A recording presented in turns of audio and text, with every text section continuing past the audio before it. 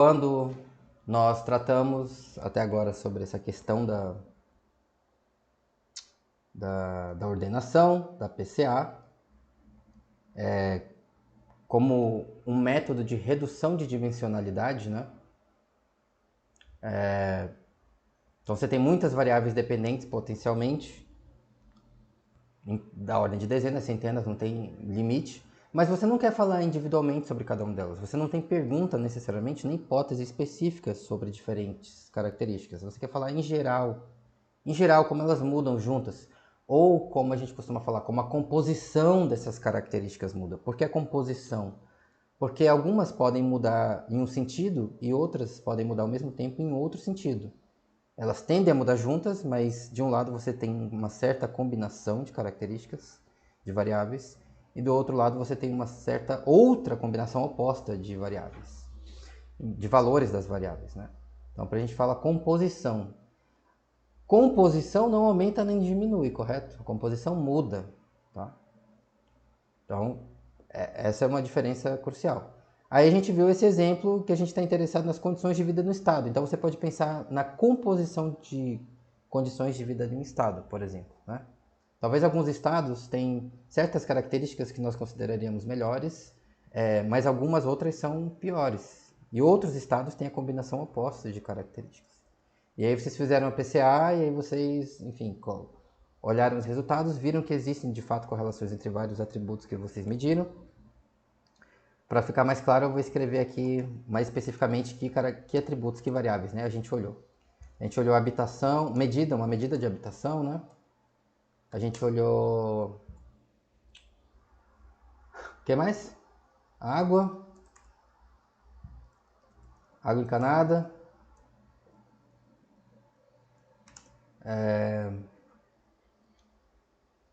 Esgoto, né? Coleta de lixo. Coleta de lixo. Médicos. Número de médicos por habitante, né? A nota do ensino médio. Internet. E a taxa de homicídios. Internet. Homicídios. Aí nota que então a maioria dessas variáveis aqui a nossa interpretação subjetiva é uma coisa do tipo, quanto maior, melhor, né? Mais habitação, melhor. Mais encanada, melhor. Mas algumas não, né? Taxa de homicídio. Não, maior é ruim, a gente quer menor. Então percebe que algumas variáveis podem aumentar e outras ao mesmo tempo podem diminuir. Por isso que a gente fala composição das condições de vida. Beleza? Então aí vocês fizeram o PCA, viram lá o primeiro componente principal, legal, sumarizou tudo. Em geral, você consegue, o primeiro componente principal, ele realmente sumariza um padrão mais forte de condição de vida geral, de modo que de um lado você tem, em geral, condições que nós diríamos melhores, né? Mais habitação, mais água encanada, mais coleta de lixo, mais médico, menos homicídios. E do outro lado você tem a outra combinação. E aí a gente queria saber o que influencia isso? Por que alguns estados têm condições de vida em geral melhores, enquanto outros estados tendem a ter condições de vida piores, né, com base nesse nosso julgamento arbitrário aqui. Por quê? Aí eu propus uma hipótese para vocês. Olha, talvez tenha a ver com a região do país, regiões históricas do país. Talvez tenha a ver com o fato de um estado estar ou não na Amazônia Legal. Então talvez tenha a ver com a região do país. Por quê? Porque, como vocês sabem, história do Brasil, o Brasil se formou como um país a partir da fusão de duas colônias que eram administrativamente independentes uma da outra, né? Ambas subordinadas à coroa portuguesa. A colônia do Brasil, propriamente dita, que é o que hoje é basicamente Nordeste, Sudeste, Sul e Centro-Oeste. E outra grande colônia, que inclusive geograficamente era a maior parte, era maior até que a colônia do Brasil, que era a colônia do Grão-Pará. Que é o que? A região norte do Brasil hoje, né? E mais um pedaço que a gente chama de Amazônia brasileira. Região norte, mais alguns outros estados, ou parte de estados, no caso Mato Grosso e o Maranhão. E essas regiões são tão distintas, tiveram um processo de colonização tão diferenciado, que quando foi lá em meados do século passado, o próprio governo reconheceu isso, né? O governo do Brasil reconheceu isso, lá nos anos 50, mais ou menos, 50, 60. Falaram, não, olha, essas regiões são muito diferentes, né? Elas têm peculiaridades sociais, peculiaridades econômicas, peculiaridades logísticas, né? A região norte era grandemente isolada geograficamente do resto do país. O deslocamento pela região é diferenciado, né? É muito em função dos rios, né? Não tem tantas rodovias, então vamos separar geopoliticamente essa região, porque aí a partir disso a gente pode atrelar políticas públicas específicas para atuar nessa região. Né? E aí eles começaram a fazer isso a partir de então. Aí separaram, beleza. Então, né, com base nisso tudo, a gente poderia imaginar, ó, então, talvez parte das diferenças que nós observamos hoje entre estados brasileiros se devem a isso, a esse histórico diferenciado de colonização que houve nessas duas grandes regiões do país. E aí vocês testaram isso com o modelo linear, correto? Vocês viram, olha, realmente parece ter uma relação. Em geral, essas condições que nós medimos, tá? Lembre-se que você poderia imaginar várias outras condições de vida, tá? Aqui não tem toda e qualquer condição que você puder imaginar. Mas entre essas que a gente mediu, em geral, parece que os estados da Amazônia Legal realmente tendem a ter condições um tanto piores comparado a estados fora da Amazônia Legal, correto? Mas é isso. Lembra, toda vez que a gente responde uma pergunta, isso naturalmente cria novas perguntas. Então você pode pensar agora um pouco sobre isso. Por quê? Por que exatamente? Por que exatamente estados da Amazônia Legal teriam condições de vida, essas condições de vida, piores que estados fora da Amazônia Legal?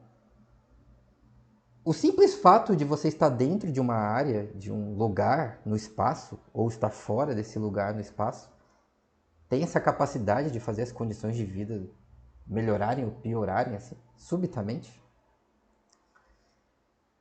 Será que esse efeito é um efeito direto ou indireto? Será que tem algumas outras coisas importantes que poderiam influenciar condições de vida de um estado?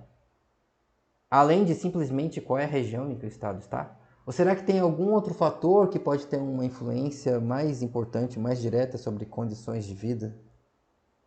Independentemente de simplesmente a região ou lugar onde um estado fica?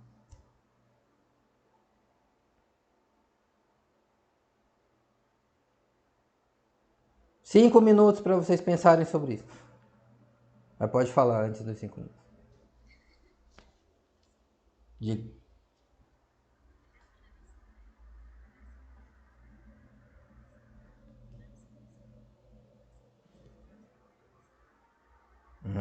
Tipo o quê?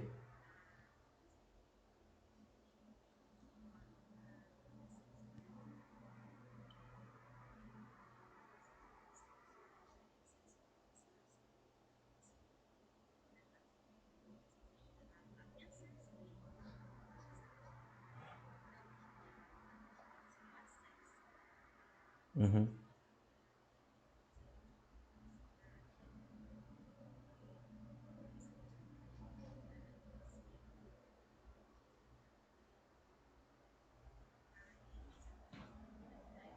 Pode ser?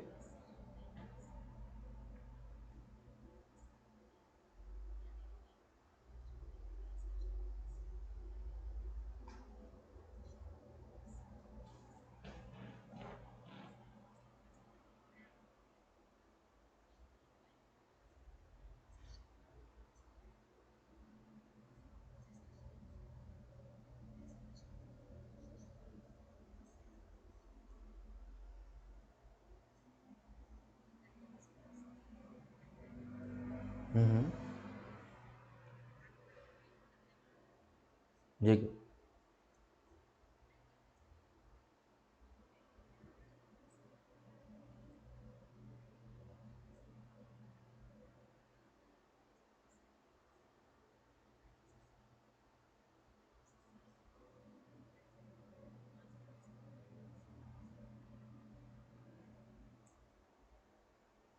Uhum.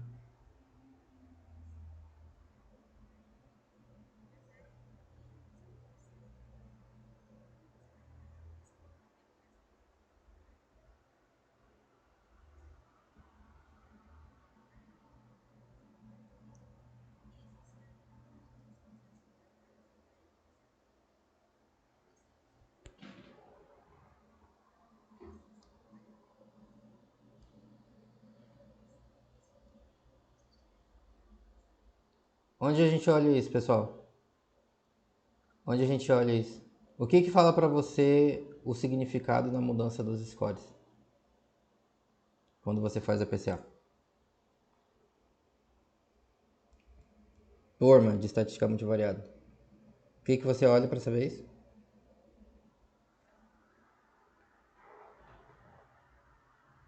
O que que a gente olha? Qual a matriz? Que correlações? Entre o quê? Entre as variáveis? Não. Entre. É, porque você quer falar. Você que não quer. Você quer falar dos scores, né? O que os scores significam em termos das variáveis. Então você tem que olhar para as correlações. Mas quais? Correlações entre os scores e as variáveis. Que, como vocês viram, tecnicamente são chamadas de loadings. Tá vendo aqui, ó? Loadings. Correlações entre eixos da PCA e as variáveis originais. Então é isso aqui que fala para você o que significam os scores. A correlação entre o PC1 e a oferta de água é 0,37. Então isso me diz que quanto maiores os scores, maior a oferta de água. Correlação entre o PC1 e a taxa de homicídios é menos 0,35. Então isso me diz o quê? Quanto maior os scores, menor tende a ser a taxa de homicídio, porque é uma correlação negativa, tá? Então os loadings falam para você o sentido em que as variáveis estão mudando junto com os scores, quando eles aumentam ou quando eles diminuem. Agora, o julgamento de se isso é bom ou ruim para as condições de vida é um julgamento que vem de onde? Da nossa cabeça, tá? É nosso julgamento subjetivo sobre isso. Você prefere morar num lugar que tem mais habitação ou menos habitação? Mais água encanada ou menos água encanada? Mais homicídio ou menos homicídio? Tá? Aí é o seu julgamento. Em geral, né? Em geral, acho que é consenso entre nós preferimos locais com melhor infraestrutura, melhor saúde, melhor educação e menos homicídios, correto? Então, por isso, neste caso, a gente pode dizer, em geral, scores maiores, melhores condições de vida. Mas é porque essa é a nossa interpretação subjetiva do que é condição ou qualidade de vida, tá? Agora, se você estiver utilizando PCA para sumarizar outras variáveis, aí talvez não faz mais sentido, melhor ou pior, percebe? Talvez isso não vai mais fazer sentido. Se você estiver sumarizando, por exemplo, você é um químico, e você quer saber como a composição química de uma coisa muda entre diferentes unidades amostrais. Por exemplo, você coletou um extrato de uma planta, e aí plantas produzem uma série de compostos químicos e eles estão todos misturados lá, né? Aí talvez, né, você acha que isso pode ser útil para produzir um remédio, alguma coisa assim. Então você coleta várias plantas, de cada planta você extrai um extrato lá dos compostos químicos daquela planta, e você quer saber como a composição química varia entre plantas. Aí você leva para o laboratório, mede a composição química, né, do extrato de cada planta, e ele vai dizer para você, ó, tem tanto desse composto aqui, tem tanto desse outro composto aqui, tem tanto desse outro, tem tanto desse outro. Aí tem um monte de composto lá. Aí, nossa, mas são tantos. Eu vou resumir então. Aí faz a PCA. Aí vai ter um monte de composto químico, alguns vão aumentar em concentração com o PC1, alguns podem diminuir em concentração com o PC1. Aí, então o PC1 me fala agora sobre a mudança na composição química de uma planta. Agora, se os scores aumentarem, isso é bom ou ruim? A composição química da planta é maior ou a composição química da planta é melhor? Isso é um julgamento subjetivo, percebe? Você pode até pensar nesses termos por algum motivo, mas isso é uma característica da nossa interpretação e não dos dados. O que a PCA está falando para você é simplesmente quando os scores mudam, essas variáveis mudam junto desse jeito. Entendeu? Então vai depender em parte do tipo de dado que você está analisando aí. Tá? A sua pergunta. É só pergunta e hipótese, né? Se você quer saber, né, melhor ou pior, isso já vai lá, vai fazer parte, né, da sua questão. Então, seja, meio que já vai estar orientada para olhar nesses termos, mas não necessariamente, tá? Vai ter questões que talvez não faz sentido falar melhor e pior. Faz sentido simplesmente dizer a composição mudou ou ela é diferente. É diferente entre esses dois grupos, não necessariamente é pior ou melhor e nem maior ou menor, porque a composição não aumenta nem diminui, a composição muda, tá? Aqui é de um jeito, aqui é de outro jeito. Beleza? Então 10 minutos aí para vocês pensarem sobre o nosso problema aqui. Pega uma água, pega um café, pega um lanchinho e pensa numa ideia pra gente. Esse efeito aí, Amazônia Legal, afeta condições de vida. Esse efeito é direto ou indireto? Tem alguma coisa escondida aí nesse fluxograma que a gente poderia pensar e talvez deixar de forma mais explícita? Tem alguma coisa talvez mais óbvia que pode ter um impacto muito grande sobre condições de vida, independentemente de região? 10 minutos. Poderia tentar medir, né? De alguma forma, distância até a capital, distância até os maiores centros urbanos do país, alguma coisa assim, talvez. Coisas históricas já começa a ficar um pouco mais difícil da gente medir, né? Porque a gente precisa de dados do passado. Para algumas coisas tem, para outras não. Então, né?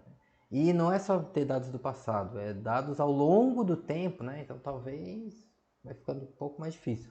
Mas tem uma coisa muito fácil, muito simples, que dá para medir hoje mesmo, que reflete tanto o próprio presente, mas também reflete em parte um acumulado que foi se dando ao longo do tempo, então um acumulado histórico também, que talvez pode ter uma relação muito direta com as condições de vida que vocês também mencionaram.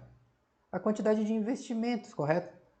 Em geral, você imagina que locais que têm condições de vida melhores do que outros? Por quê? A gente está falando basicamente de que tipos de condições de vida nessas variáveis? A gente está falando de condições materiais, concorda? Basicamente, né? Tem homicídios aí que tem a ver com violência, comportamento das pessoas, né? Beleza. Mas o resto, habitação, água encanada, esgoto, coleta de lixo, né? Se você tem mais ou menos médicos, ou seja, você tem recursos para pagar, né? Ou você tem recursos para oferecer uma oportunidade que vai atrair mais ou menos médicos se fixarem naquele lugar. Nota do ensino médio, né? A qualidade da escola depende de quê? De várias coisas, mas basicamente precisa de dinheiro, né? A infraestrutura da escola, a qualidade dos professores. Mas como é que você consegue isso? Você tem investimento. Se não investir, não vai brotar do além.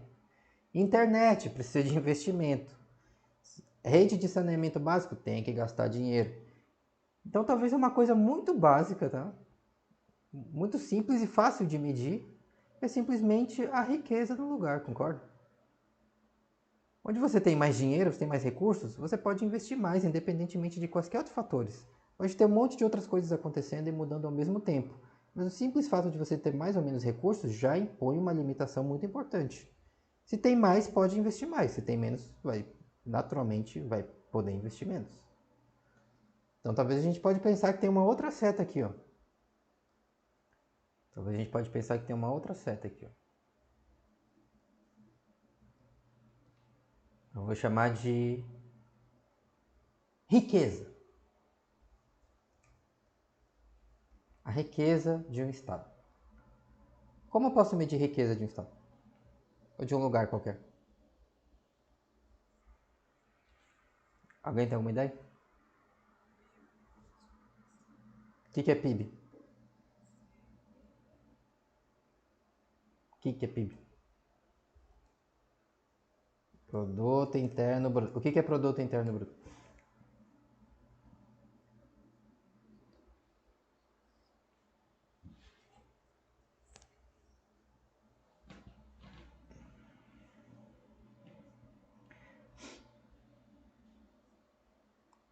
Todo mundo já ouviu falar, talvez, desse termo, né?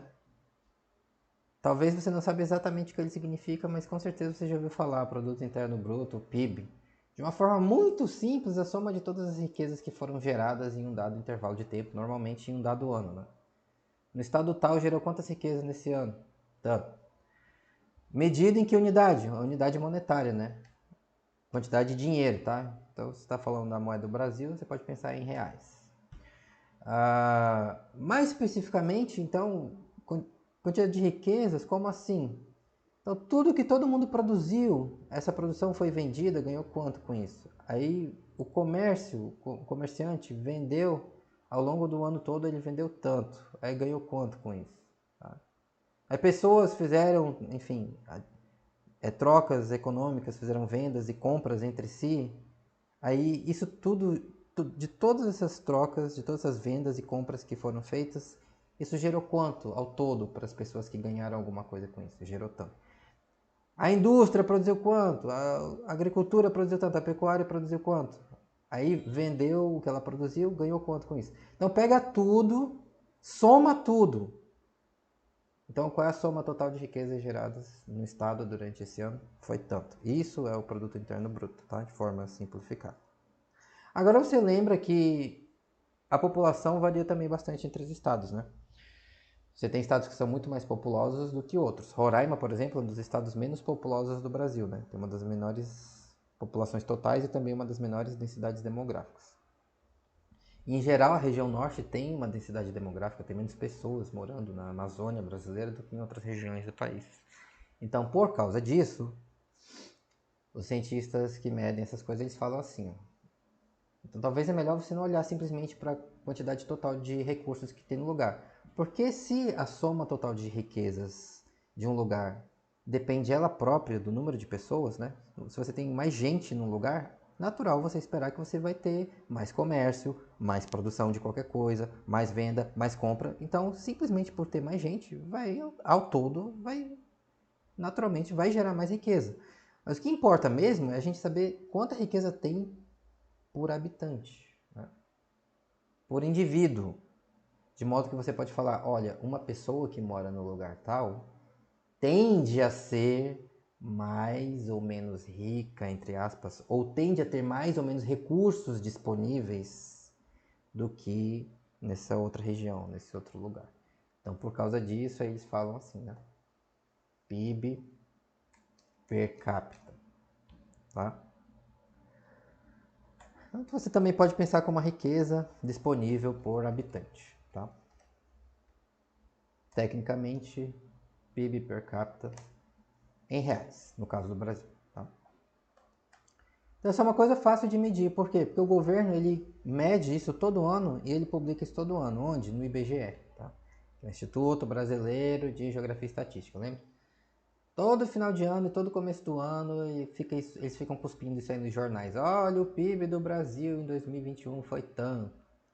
Aí cresceu tanto, ou diminuiu tanto. Aí faz a mesma coisa para cada estado. E aí fica tudo público lá na internet. Então a tabela de dados que vocês receberam com condições de vida, agora você pode olhar melhor lá ela, se você ainda não viu, tem uma coluna que representa o PIB per capita de cada um dos estados em reais no ano de 2009, se eu não me engano.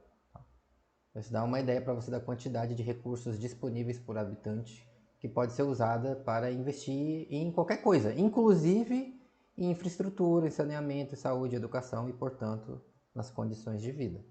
Então a gente pode gerar uma hipótese, uma expectativa para isso, né? Olha, em geral, se eu tenho mais recursos, então a gente pode imaginar que onde tem mais recursos, as condições de vida tendem a ser melhores, porque eu posso investir mais. Simples assim. Independentemente de qualquer outra coisa. Tá? Uma possibilidade, uma hipótese. Agora a gente também pode pensar um pouco mais sobre isso, sobre a relação entre a riqueza por habitante e a região do país. Será que pode ter alguma relação entre estar ou não na Amazônia Legal e a riqueza disponível por habitante? O que vocês acham?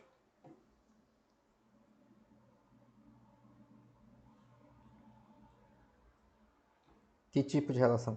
Como? Qual? Por quê?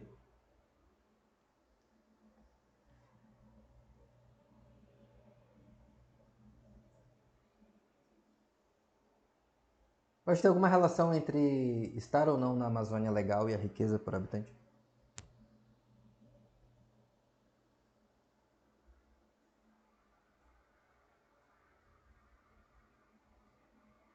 Que relação?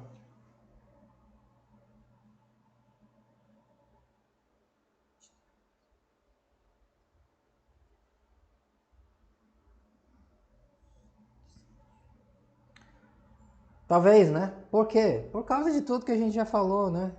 Toda essa diferença de história, de desenvolvimento e investimentos históricos acumulados ao longo do tempo, em geral, foram menores na Amazônia Legal. Por quê? Porque os grandes centros urbanos, centros de decisões políticas, não estavam na Amazônia Legal. Então talvez a gente também pode imaginar que faz muito sentido ter uma setinha assim, concorda? A Amazônia Legal também pode afetar a riqueza por habitante de um estado. Como?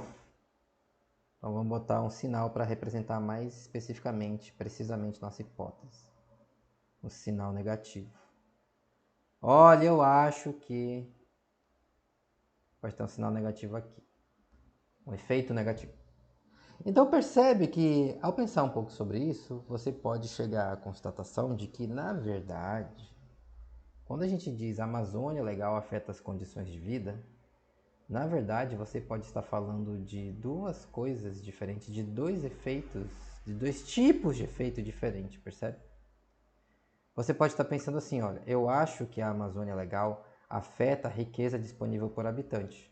Por isso afeta as condições de vida. Ah, então é um efeito indireto, percebe?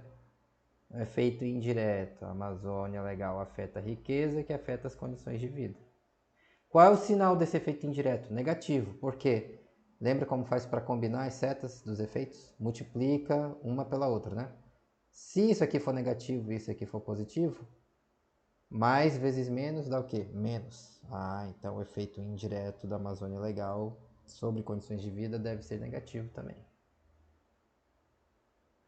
Mas, ao mesmo tempo, talvez a Amazônia Legal pode ter um efeito direto sobre condições de vida. Se isso acontecer, realmente, significa o quê?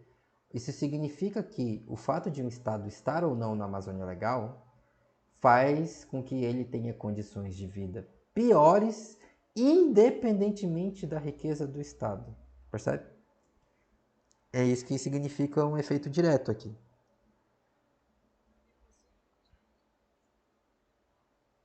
Pode, essa é hipótese, tá? Isso é hipótese. Pode ser que essas setas nem existem, pode ser que o sentido do efeito é outro. É possível, tá?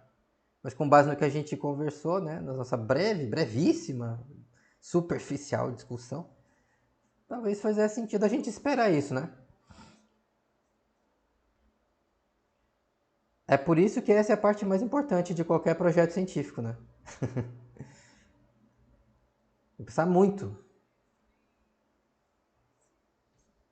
Você pode ter várias hipóteses diferentes para a mesma questão.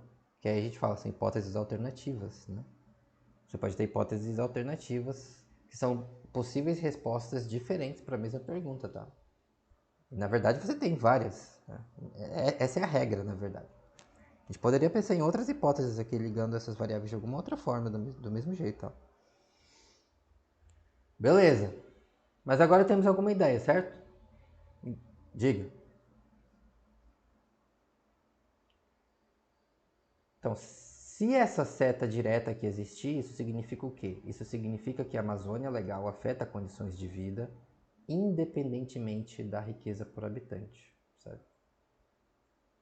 Então, para uma mesma riqueza, se você pegar dois estados com mais ou menos o mesmo PIB per capita, um está na Amazônia, outro está fora. Se essa seta aqui existir, significa, então o que está na Amazônia vai ter condições de vida piores. Simplesmente porque ele está na Amazônia. Independentemente da riqueza por habitante. Por que isso poderia acontecer? Porque talvez não é só a riqueza por habitante que afeta as condições de vida do Estado. Talvez as decisões políticas, como vocês falaram, também historicamente podem ter tido um impacto tão grande, né? Essa diferença entre estar na Amazônia e estar fora da Amazônia, que historicamente as pessoas simplesmente investiram menos em infraestrutura, mesmo para o mesmo tanto de riqueza disponível. E lembre-se que houve períodos da história, um período único específico, né? Em que a Amazônia brasileira foi de fato uma região relativamente rica para os padrões da época, né? Que foi durante o ciclo da borracha. A região, entre aspas, né, extremamente concentrada a renda, basicamente nos senhores lá que eram responsáveis, né, pelos os seres chamados seringalhistas, concentrados em sua maioria em Manaus e em Belém, nessas duas maiores cidades da região. Mas sim, de fato, houve uma abundância de recursos relativa e em algum momento, inclusive, essas cidades se tornaram mais ricas do que a própria capital oficial do Brasil, que era o Rio de Janeiro na época, né? E aí, durante esse período, aconteceu, enfim, várias construções de obras de infraestrutura, mas concentradas, extremamente concentradas nessas cidades, né? Você teve a fundação de universidades federais, a primeira universidade federal do Brasil, que foi a Universidade Federal do Amazonas, por exemplo, que na época não tinha esse nome, mas depois se tornou, viria a ser o que é a UFAM, fundada em 1911, tá?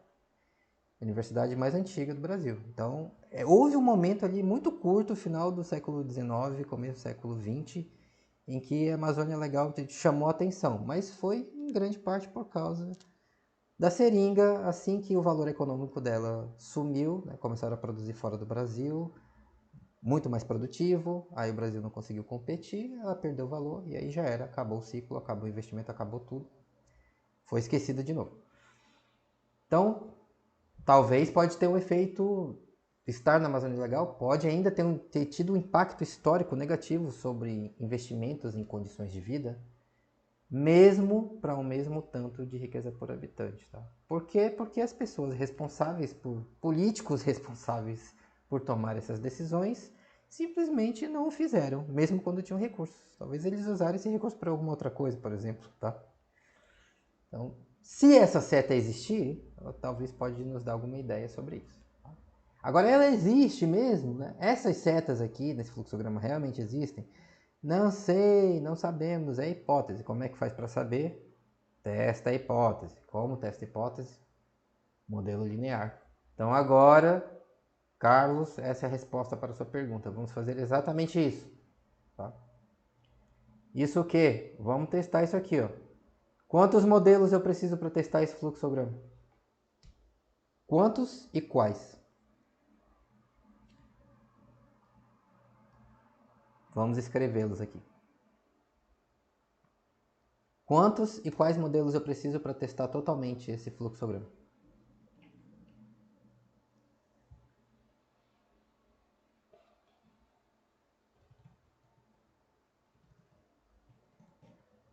Alguém fala aí pra gente.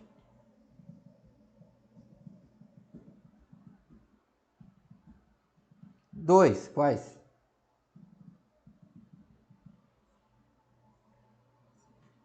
Primeiro, qual é a variável dependente?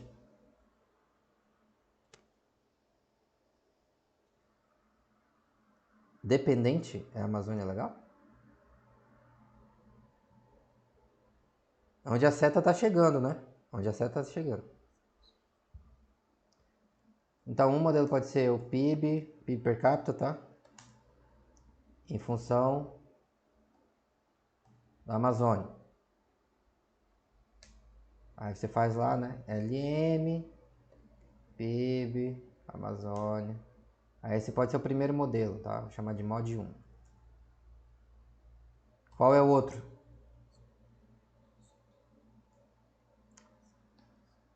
Então lembra que como é que faz para saber? Você vê onde tem setas chegando no seu fluxograma. Tem uma seta chegando aqui, ó, saindo de Amazônia Legal e chegando na riqueza. Então isso aqui é um modelo, tá? Quantas setas estão chegando aqui na riqueza? Só uma, só essa aqui. Então isso aqui é um modelo. Que modelo? Riqueza por habitante depende ou em função da Amazônia Legal. Então é esse modelo aqui. Transforma o seu fluxograma em um modelo estatístico, um modelo linear. Segundo modelo, onde mais está chegando seta aqui? Aqui, ó, nas condições de vida. Está chegando quantas setas? 2. De quem? Amazônia Legal e riqueza por habitante. Ah, então a minha variável dependente. Condições de vida. Mas como é que a gente está representando condições de vida? Primeiro componente principal, né? Então, PC1 em função de quê? 2 preditores, né? PIB mais a região. Pronto. Agora você pode testar, olhar os resultados, fazer os gráficos e tirar uma conclusão. Olha aí. Primeiro, será que a riqueza por habitante do estado tem um efeito independente sobre as condições de vida? Um efeito que é independente da região do estado? Então você fez esse modelo aqui, né? PC1 em função do PIB mais a região amazônica ou não. Aí você olhou o summary aí, que é aquele resultado detalhado do modelo. Você já sabe que ele vai cuspir várias coisas e que algumas delas não nos interessam geralmente. Então isso aqui, por exemplo, tchau, tanto faz. Naturalmente, você vai olhar aqui, primeira coisa, para quê?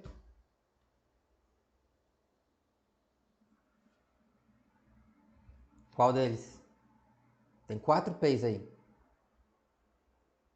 Lá embaixo, né? 1.7 vezes 10, lembra que o Ezinho é potência de base 10. É 1,7 vezes 10 elevado a menos 9. Você pode ler o E como se fosse um 10, tá? Anota aí quem não anotou para você lembrar. Vezes 10 é menos 9. Ou seja, 0,0000017, tá? Então é um número minúsculo, tá? Tá só falando para você, olha, a incerteza é muito pequena, tá? Tem relações muito claras, muito evidentes aqui, ok. R quadrado, variação total explicada, 0,93 ou 93%. Olha que o R quadrado ajustado nesse caso é bem parecido, então nem faz diferença, tá vendo? Mesmo tendo dois preditores.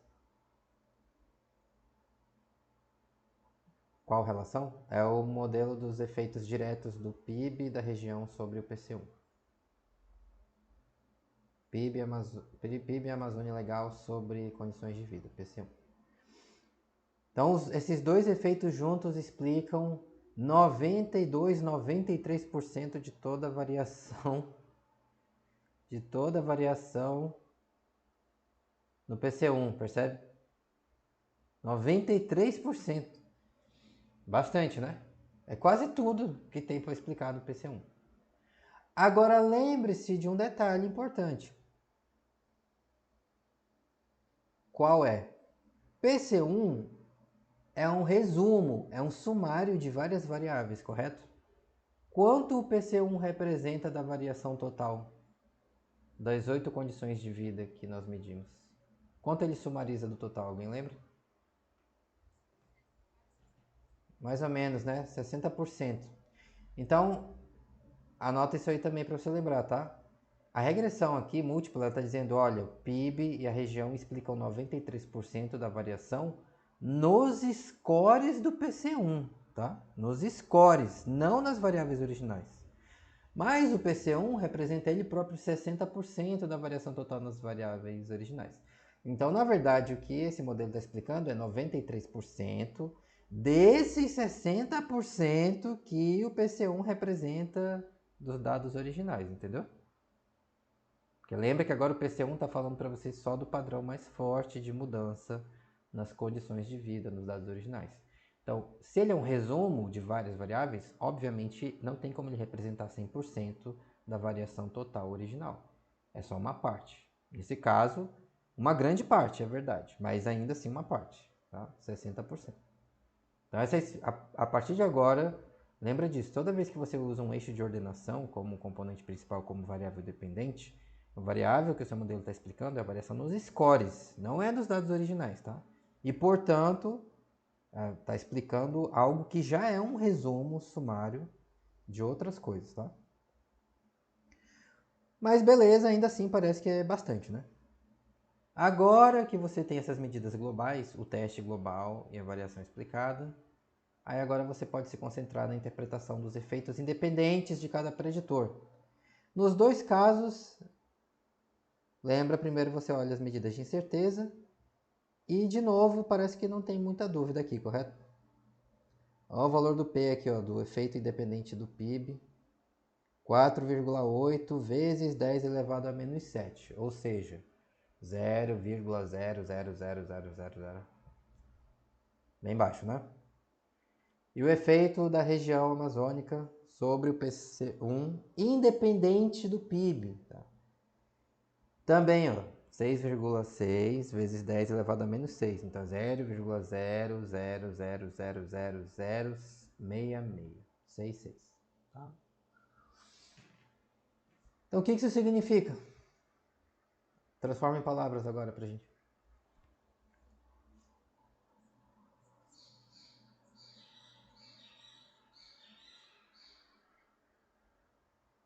Aham. Aham.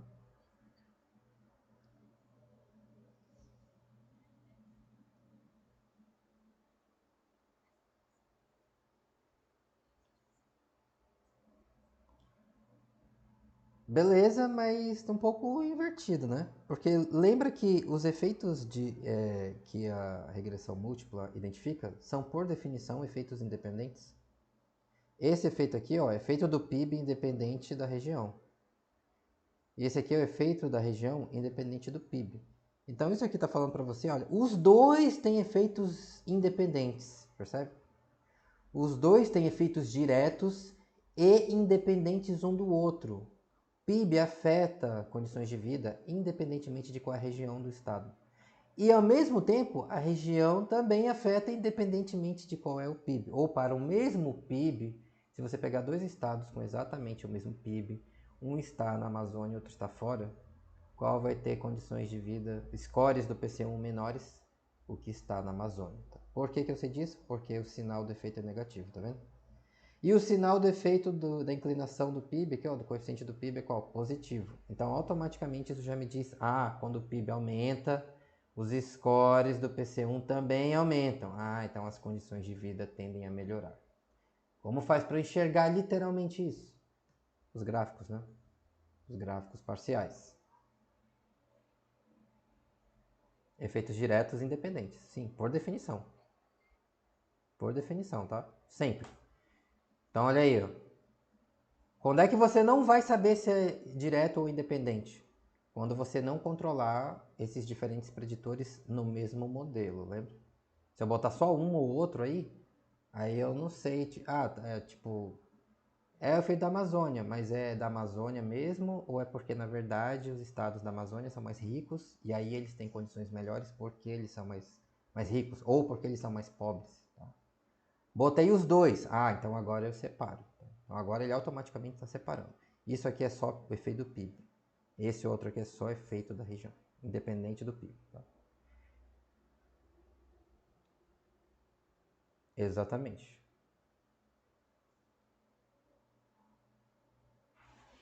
Então vamos descobrir já. Vamos chegar nisso. A medida do tamanho relativo do efeito, tá? Primeiro vamos olhar os gráficos. Esse é o gráfico do PIB. Eixo vertical, condições de vida, PC1, resíduos parciais, você já sabe por quê. Para falar para vocês, está mostrando aí só a variação em condições de vida do PC1, que é independente dos demais preditores. No caso, é a variação que é independente da região, né? Então, esse gráfico me mostra qual é o efeito da riqueza por habitante sobre condições de vida, independentemente de qual é a região do estado. E como você pode ver, parece uma relação bem forte, concorda? Quanto maior o PIB por habitante do estado, maior tende a ser os scores do PC1. Ou seja, com base na nossa interpretação da PCA, melhores tendem a ser as condições de vida. E nota como os pontos seguem muito próximos à tendência, percebe? Muito de perto eles seguem a tendência. Então isso intuitivamente já diz algo pra gente, o que? Parece uma relação muito forte. Tem outra coisa que sugere isso pra gente, né? O que? Olha aqui, ó, R quadrado 93%. Então é congruente com isso, percebe? Parece que a gente está lidando com relações muito fortes. E o outro efeito? O efeito da região, né? Tá, então, beleza, tem um efeito, a riqueza por si só afeta. Então, controlei agora. Controlei a riqueza, descontei o efeito da riqueza. Será que ainda sobra alguma diferença entre estados amazônicos e não amazônicos? Então, o que esse modelo aí está dizendo para a gente é: sim, sobra ainda uma diferença mesmo quando você desconta o efeito do PIB, percebe? Qual é a diferença? Mesmo descontando o efeito da riqueza por habitante, estados amazônicos, que estão aqui no 1, ó, no eixo horizontal no 1, ainda assim tendem a ter scores menores do PC1 que estados fora da Amazônia. Então, mesmo quando você desconta o efeito da riqueza, estados amazônicos continuam tendo condições de vida piores. Entendeu? Ah, então isso já nos dá uma nova ideia. Então parece que essa diferença entre a região amazônica e o resto do país não é só uma questão da riqueza atual. Parece que tem a ver com alguma ou algumas outras coisas. Possivelmente outros efeitos indiretos, né? Porque simplesmente estar ou não na Amazônia por si só, a gente não imagina que isso por si só pode fazer muita diferença. A nossa explicação sempre passa por, porque na Amazônia aconteceu não sei o que e isso afetou as condições de vida, correto? Então parece que tem alguma outra coisa importante aí que aconteceu que divergiu os estados entre regiões. E não tem necessariamente a ver com a riqueza dos estados. Diga.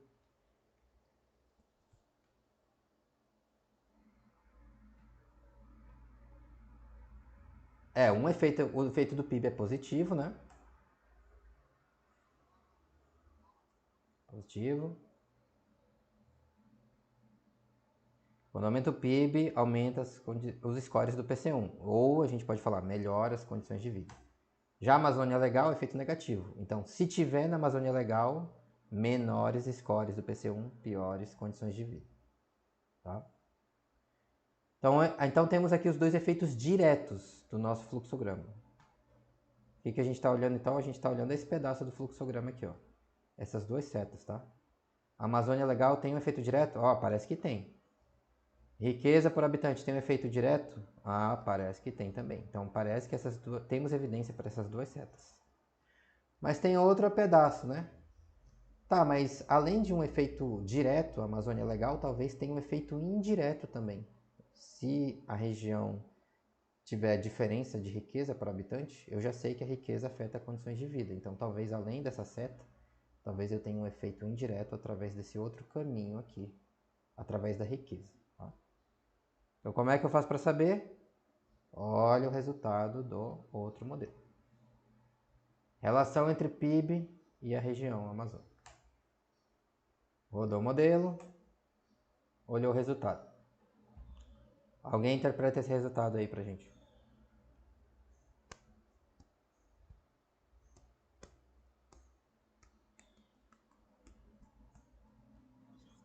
Diga.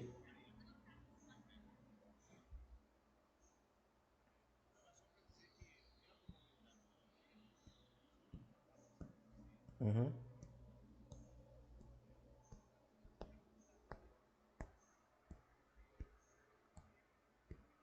uhum.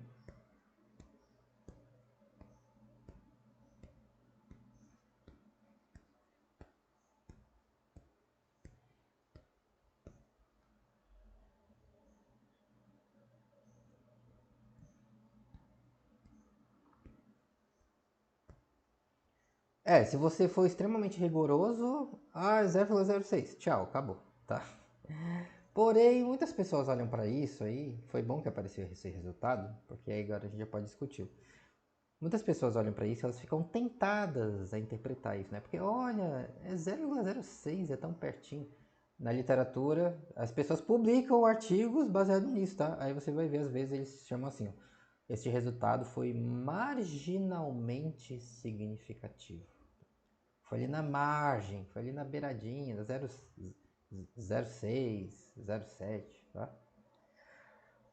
O que influencia o tamanho da nossa incerteza? Duas coisas sempre. Primeiro, como já falamos, a força da relação e segundo, o tamanho da amostra, correto?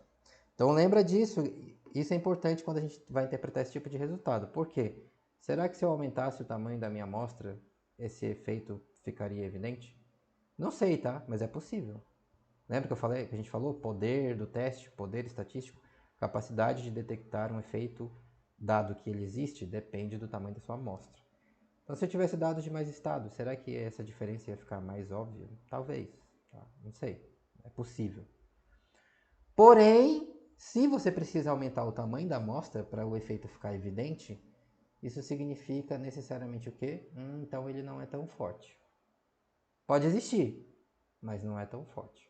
Olha o valor da R quadrado aí. Tá vendo R quadrado? 0,19, correto? Compara isso aí com o do outro. Compara isso com o do outro modelo. Ó, R quadrado. Molar squared aqui, ó. 0,19. Compara isso com o do outro modelo que a gente acabou de olhar. 0,19 versus 0,93. Bem grande a diferença, concorda? Então talvez pode ser isso, tá? Olha, tem uma diferencinha, mas não é muito grande. Você olha para o gráfico e você também percebe visualmente, né? Ele desenha reta, por quê? Porque ele está programado para fazer. Então, se você não disser para ele não fazer, ele vai fazer automaticamente. Em média, você vê, tem uma diferença. Porém, você também percebe facilmente que tem uma grande sobreposição entre os estados dentro da Amazônia, aqui no 1, e fora da Amazônia, correto? Inclusive, ó, você tem um estado aqui, um pontinho aqui, ó, na região amazônica, que o PIB por habitante é maior que o de vários estados fora da Amazônia, tá vendo? Esse pontinho aqui, ó, como ele está mais alto do que toda essa galera aqui. Então você tem uma grande sobreposição, né? Tá meio misturado, estão mais ou menos no mesmo nível. E isso se reflete nos resultados numéricos que você está vendo, né? O R quadrado cai, tá? A diferença entre as médias é relativamente pequena. O P é um número relativamente alto, então é mais difícil você dizer que tem uma relação. E se tiver, possivelmente ela é fraca, tá? Beleza? Perguntas sobre isso?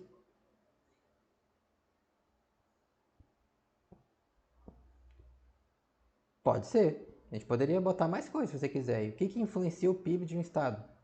Me diz uma hipótese. Alguma coisa que não seja a região. Por que alguns estados são mais ricos e outros são mais pobres? É.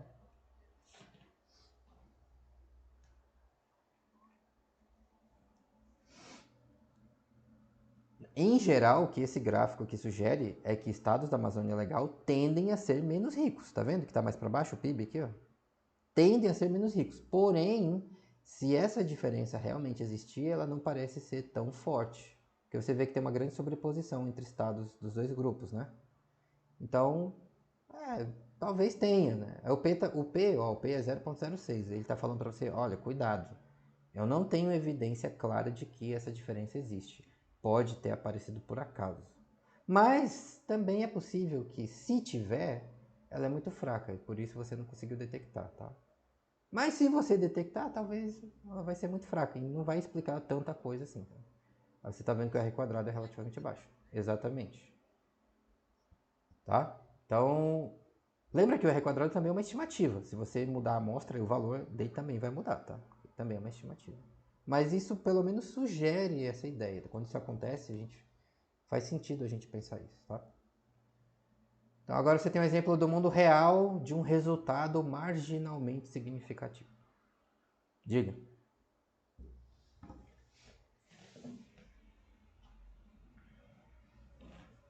A riqueza de um estado. Uhum.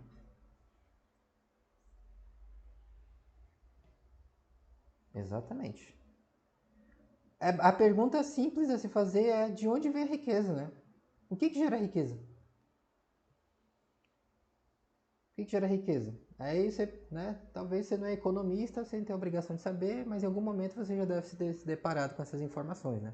O PIB é o quê? É a soma de toda a riqueza produzida em um dado intervalo de tempo. Mas essa riqueza vem de onde? O que gera dinheiro, né? No modo capitalista de vida que a gente vive, ele mete riqueza com base em quantidade de dinheiro, né? Assim, de forma bem simplificada. Na verdade, envolve patrimônio e tal. Mas o que gera isso? Dinheiro, patrimônio, isso vem de onde? Vem da produção, correto? Vem de pessoas que trabalham, produzem coisas, essas coisas são comercializadas e isso gera renda. E isso gera lucros. E que podem ser convertidos em propriedades. Tá? Então, quem produz? Essa é a questão. Quem pode produzir é quem vai gerar riqueza. Quem produz? A agricultura produz. O extrativismo também produz. A pecuária produz. A esses três juntos a gente normalmente chama de quê? Setor primário, né? Setor primário da economia. Mineração, né? Garimpo, o garimpo também. Querendo ou não, produz. A maioria é ilegal? É ilegal. Isso está gerando riqueza para o Estado de forma legal, em forma de impostos? Não, mas eles estão gerando para alguém, está indo para algum lugar, tá? Então isso, como é ilegal, não entra na nossa conta aqui, né? Mas alguém está lucrando com isso aí. Mas gera alguma coisa. O que mais? O setor secundário. Quem é o setor secundário? Tem tudo, né? Tanto internamente quanto externamente. A gente tá botando tudo junto aí no bolo, tá? Aí você tem essa galera que é o setor primário, que é basicamente a agropecuária e extrativismo. Quem mais produz? A indústria, né? A indústria produz produtos normalmente mais sofisticados, de maior valor econômico agregado, correto? Né? Máquinas, equipamentos, utensílios eletroeletrônicos, o computador, celular que você está usando para assistir essa aula, nada disso existiria sem indústria, correto? Então a indústria gera riqueza, gera muita riqueza, e em geral gera mais riqueza que o setor primário. Então quando você pensa nos países, né, você tem países ricos, Estados Unidos, Europa Ocidental, Inglaterra, Alemanha, Japão, Coreia do Sul, Canadá, Nova Zelândia. E do outro lado você tem países pobres, né, lá na África subsaariana, que na América Latina também, países muito pobres. E você tem os países que estão mais ou menos no meio, né, tipo quem? Tipo nós, país de renda média que eles chamam, né, o Brasil. Qual é a grande diferença entre esses países? Qual que é a grande diferença econômica entre eles? Alguns são extremamente industrializados, outros não. Tá, aí você já tem uma pista de por que tem tanta diferença de riqueza. Olha para o Brasil, onde está a maioria das indústrias do Brasil? Que estados são mais industrializados no Brasil? Então você já tem uma pista, né? Por que tem tanta diferença de riqueza? Onde nasceu a indústria do Brasil? No Sudeste. Depois do Sudeste ela se espalhou para onde? Para o Sul. O que chegou no Nordeste? Um pouquinho, no Norte quase nada. Então aí você já tem uma boa hipótese sobre por que a grande desigualdade de riqueza entre estados, tá? Mas tem outras coisas também, né? Tem o setor terciário, comércio e serviços, né? Serviços sofisticados, cada vez mais as pessoas usam serviços sofisticados, né? Você usa coisa na internet, você usa aplicativo, né? Serviços públicos, que em geral são serviços sofisticados complexos, dependendo do que você quer fazer, né? Serviços bancários, tá? Essas coisas todas que exigem tecnologia, exigem internet, tudo isso, né? Para você oferecer esse serviço, custa dinheiro. Então, para você usar também custa dinheiro. Então, isso é alimentado por toda uma cadeia de pessoas que estão produzindo coisas para sustentar a oferta desses serviços. Então, é mais riqueza sendo gerada para atender essa demanda. Tá? Então, tudo isso vai gerando alguma coisa. No final, o que eles fazem? Junta, soma tudo. Tudo que todo mundo gerou, tá? Dá tanto. Então isso tudo aí pode influenciar aí, tá? Você já viu que é uma coisa complexa, né? Se for fazer um fluxograma detalhado só de fatores econômicos que podem gerar riqueza, aí você vai ter muita coisa. Pessoal, tem um áudio ligado aí que tá confundindo a gente aqui. Eu tô ouvindo a conversa de alguém, hein? Marta, seu microfone está ligado. Quem queria falar? Alguém queria falar? Diga. Uhum. Uhum. Uhum. Sim.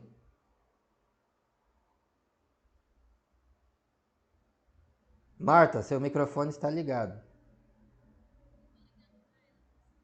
Eu acho que ela não está ouvindo a gente também. Ela deve estar com fone e tirou.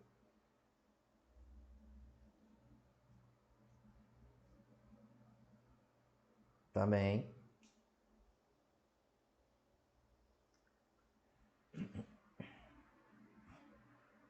Uhum.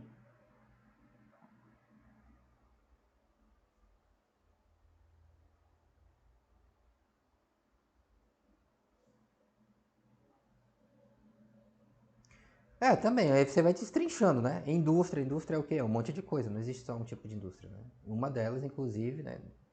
Também a indústria armamentista também gera. Os Estados Unidos vendem arma para o mundo todo, né? A grande parte da receita da indústria dos Estados Unidos é vender arma, na verdade. Então, com certeza, tá? Você vai destrinchando aí. Diferentes indústrias. Indústrias que desenvolveram a partir de atividades primárias, né? Então você tem a indústria do agronegócio, por exemplo, especializada em produzir equipamentos para melhorar a produtividade da produção no campo. Então, vai criando indústria a partir de outras atividades.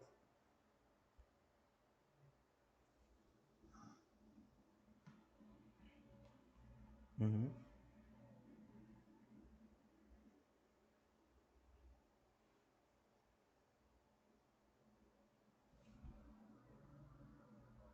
É, é uma certa contradição, né? Fazer guerra para alimentar o crescimento econômico, mas enfim, são coisas que aconteceram, fazem parte da nossa história.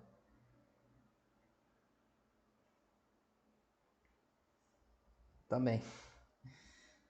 Tem toda uma discussão, né, sobre impactos de guerra sobre a economia, tem vários artigos sobre isso. Diga, quem queria falar?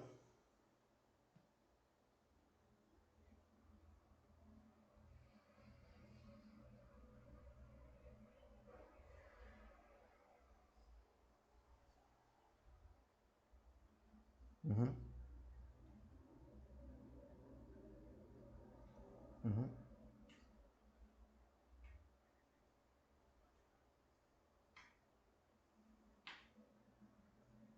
uhum,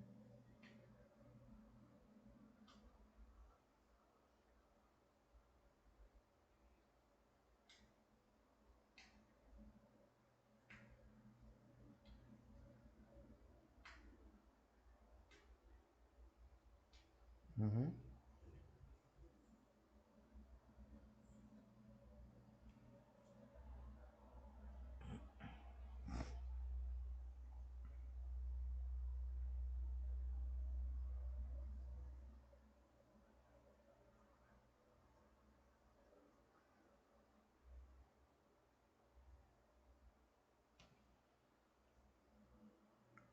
Painéis. Painéis de gráficos. Já viram painéis de gráficos?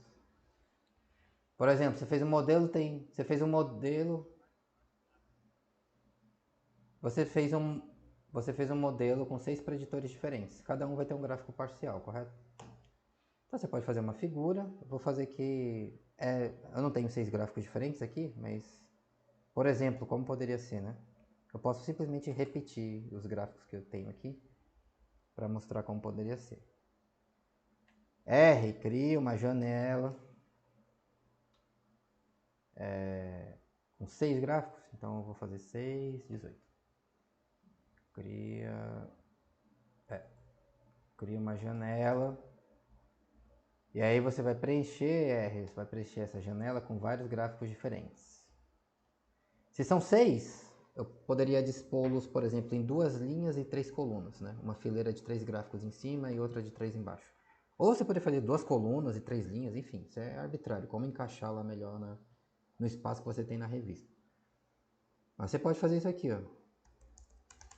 Você pode dizer para o R dividir a janela de figuras em vários pedaços, que aí toda vez que você gera um novo gráfico, ele vai preenchendo cada pedacinho.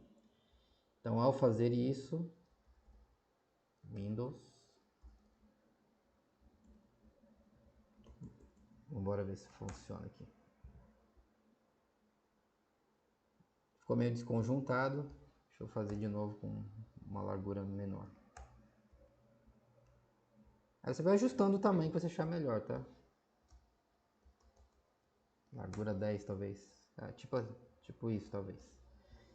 Então eu vou rodar esse modelo aqui, aí eu fiz essa figura, aí tem 2 gráficos, aí eu vou só repetir os mesmos gráficos aqui, tá? Para ele ver se funciona. Ó, 4, vou repetir de novo esses dois para completar. Tá aí, ó. Dá pra ver aí o gráfico? A figura? 6 gráficos? É um painel, tá? É uma figura com vários gráficos. Aí você tem... Dependendo de quantos gráficos você tiver, você vai ter que encontrar a disposição melhor, mas isso é caso a caso, tá? Mas você sempre pode fazer isso. Qual linha? Linha de comando? É esse aqui, ó. Par, que é a função que controla os parâmetros gráficos do R. E tem vários argumentos para mexer em tudo que você quiser da janela gráfica. Um deles é isso aqui. mfrow. Ele especifica como você quer dividir, se você quiser dividir a janela gráfica. Como? Número de linhas, vírgula, número de colunas. Tá? O padrão é esse aqui, é 1, 1, né? Que é um gráfico só. Se você quiser dividir, você diz quantas linhas, quantas colunas. Aí roda isso aí a partir daí, quando ele for gerando os gráficos, automaticamente ele vai gerá-los para preencher uma figura dividida como essa. Se eu continuar rodando gráficos aqui, ele vai reciclando, tá? Então ele apaga tudo e começa de novo. 1, 2, 3, 4, 5, 6. Apaga tudo, 1, 2, 3, 4, 5, 6. E assim vai.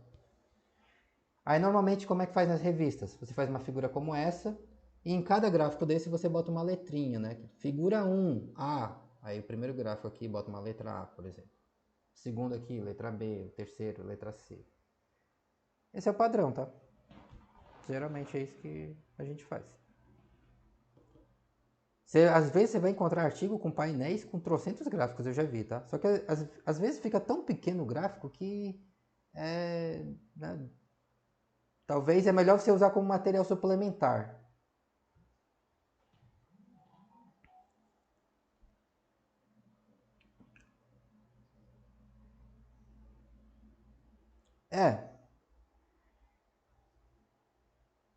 Mas é assim, ó, em geral, tá? A superfície de resposta é um gráfico, para quem não está familiarizado com essa terminologia, é um gráfico tridimensional, né? Na verdade, você pode fazer ele bidimensional como se fosse um mapa, né? Como se estivesse olhando de cima. E aí você usa uma legenda para indicar a altura que representa a variável dependente e os eixos são os preditores. Ou pode ser um gráfico 3D mesmo, né? Que você pode girar, inclusive, aí, se você quiser, mostrá-lo de ângulos diferentes. Em geral, tá? Para a maioria das pessoas, eu não recomendo que você use gráficos tridimensionais. Por quê? Porque a maioria das pessoas se enrola muito fácil com gráfico 3D. Na maioria dos casos, você consegue comunicar exatamente a mesma informação usando um gráfico bidimensional. A maior utilidade de gráficos tridimensionais é quando você tem interação entre os preditores. Porque lembra que esses gráficos parciais eles estão mostrando o efeito independente de cada preditor. Então, o que está acontecendo em um gráfico não depende do que está acontecendo no outro gráfico. Então, não tem por que eu mostrar eles juntos, entendeu? Porque são literalmente efeitos independentes. Agora, se você tiver interações, pode ser útil para você visualizar isso em 3 dimensões. Mas ainda assim não é necessário. Você ainda consegue mostrar do mesmo jeito um gráfico simples 2D como esse aí. Simplesmente discriminando os pontos com base em alguma legenda. Cores diferentes, por exemplo, ou símbolos diferentes. Normalmente cor funciona melhor porque tem um impacto visual maior, as pessoas percebem mais rápido. Você consegue visualizar tranquilamente interações com gráficos bidimensionais como esse, simplesmente usando uma legenda de cor, tá? Aí sim, tem umas situações muito específicas que talvez você vai ter interessado em ver uma superfície de fato, tá? Mas em geral, eu não recomendo, tá? A não ser que seja uma coisa muito específica, o custo disso vai ser que possivelmente muitos seus leitores vão ficar confusos e não vão entender o que exatamente você quer mostrar, tá? É simplesmente uma limitação da nossa cognição, tá? Do nosso cérebro.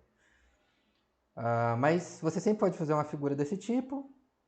Se for gráficos demais, talvez os gráficos ficarão pequenos pequenos demais. Os pontos podem ficar pequenos demais, pode faltar espaço e vai ficar difícil de ver. Nesses casos, o que você pode fazer? Material suplementar, que hoje em dia é cada vez mais comum também, tá? Então você pega os gráficos, uma resolução boa, que você consegue ler bem, mas não vai caber numa figura só, numa página do artigo. Então você faz um monte de painel com um monte de gráfico que você quiser mostrar e você bota tudo como material suplementar, como um apêndice, né, por exemplo. E vai ficar lá para quem quiser olhar depois, né? Enfim, deixa só o que é mais importante no artigo e essas coisas complementares você joga lá para o material suplementar. Quem quiser e precisar olhar, vai olhar. Beleza?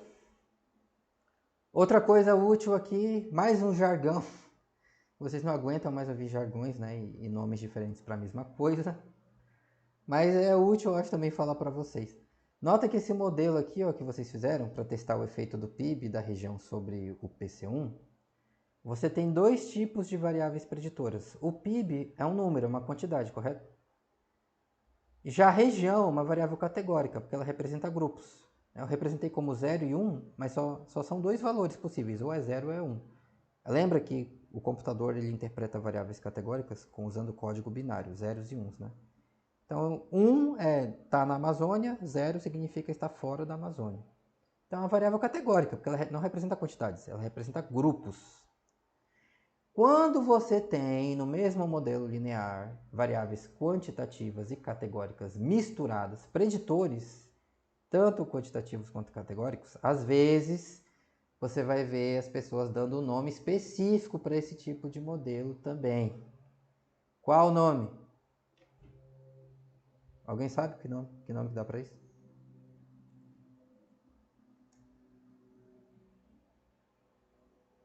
Não? Às vezes você vai ver as pessoas chamando assim, ó. Análise de covariância. ANCOVA, tá? Então lembra que tem a ANOVA, que é quando você tem um preditor categórico com várias categorias, 3 ou mais grupos, aí as pessoas falam, ANOVA. Mas se você tiver mais de um preditor, e alguns são categóricos e alguns são quantitativos, aí às vezes as pessoas falam, então é ANCOVA, análise de covariância, tá? Então agora você já sabe o que isso quer dizer.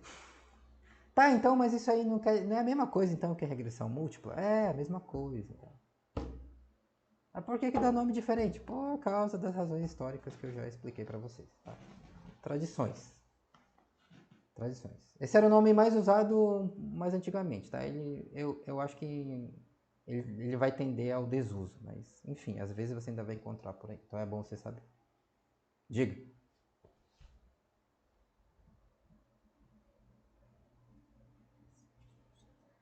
Sim, você pode botar os nomes dos grupos, né? Que é mais fácil. Poderia fazer assim, ó.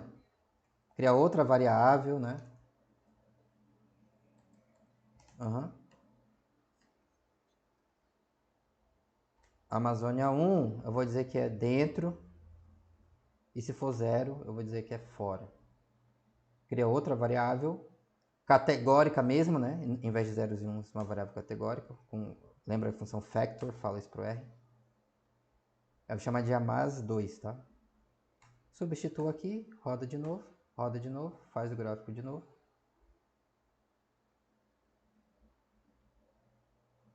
Cadê o gráfico? Tá aqui. AMAS2. Cadê o gráfico? Ele tá... Eu esqueci, ele tá jogando lá na figura que eu criei separado. Vou fechar aqui pra ele jogar aqui. Apagar gráficos. Tá aí, ó. Tá vendo? Dentro e fora. Aí ele escreve palavras e não números no eixo X e automaticamente dá uma espalhadinha nos pontos para você enxergar melhor os diferentes pontos de cada grupo, tá vendo? É aleatório isso aqui, tá? Ele espalha os pontos aleatoriamente. Vai ficar mais fácil de você ver os diferentes pontos do mesmo grupo. E ao invés de botar uma reta ligando os dois, como é que ele faz? Ele bota uma reta representando a média de cada grupo, tá vendo? Então são formas alternativas de representar, tá? Lembra que o computador sempre vai usar números, então ele te mostra o resultado desse jeito porque fica mais intuitivo para a gente pensar em termos de grupos, né? Da variável categórica, realmente, da qual nós queremos falar. Mas o que o computador está fazendo, quando você manda ele rodar o LM aqui, o que ele está fazendo? Ele está rodando com código binário, tá? Ele pega esses nomes, converte em 0 e 1, faz a regressão, aí ele só te mostra o resultado desse jeito. Beleza? Perguntas sobre isso? Perguntas sobre o que a gente acabou de fazer? Tranquilo, né? Então agora se você for lá no seu fluxograma, você pode ver, então essa seta aqui, ó, não tem evidência tão convincente para essa seta aqui, correto? Não tem uma evidência tão forte assim que a região afeta a riqueza por habitante. Parece que pode ter efeito, mas ele é meio fraquinho. Vou pintar de cinza aqui, tá? Não sei, tá? Não tem uma evidência muito convincente. Mas tem evidência para esses dois efeitos diretos. Então, pelo menos a gente pode dizer, olha, condições de vida depende da riqueza por habitante, mas ao mesmo tempo depende, independentemente disso, também depende da região. Faz diferença se está na Amazônia ou se não está. Por que exatamente? Aí é outra pergunta. Você vai precisar de outras hipóteses. Por que exatamente essa seta aqui continua existindo depois que você tirou o efeito da riqueza? Pode ser qualquer um dos outros motivos que vocês falaram. Precisaríamos de dados sobre essas outras coisas para investigar. Tá? Mas aí já é...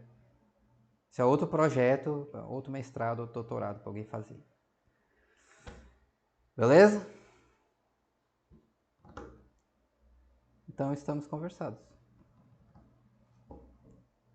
Alguma pergunta sobre o que a gente fez hoje?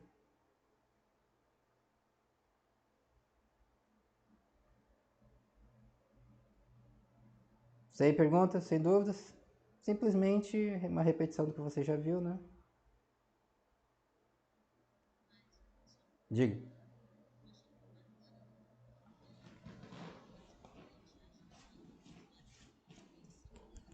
Uhum.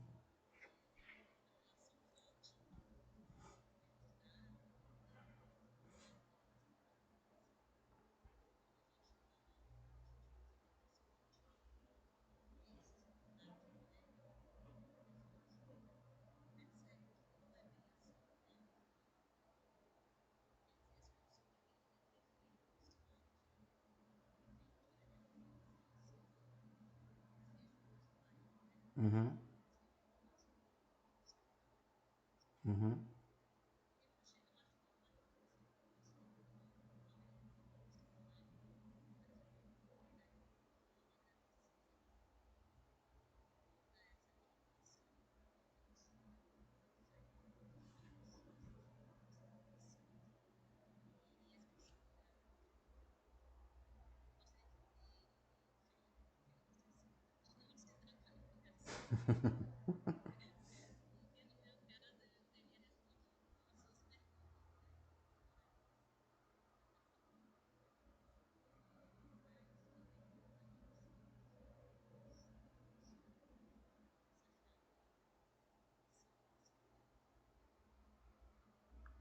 Legal, obrigado pela sua colaboração e participação na disciplina também. Foi bom que você não fez, porque senão você ia deixar a sua banca sem pergunta. Deixa a banca perguntar, deixa eles se divertirem um pouco. Bom, pessoal, então é isso. Tá, e aqui no fluxograma, para completar a nossa interpretação, né, lembra que, eu quero saber exatamente qual é o tamanho desse efeito. Você pode ir lá padronizar as variáveis, tá? Não vou fazer aqui, você já sabe como faz. Padroniza as variáveis lá, tá? Scale, scale do PIB, scale da Amazônia, scale do PC1.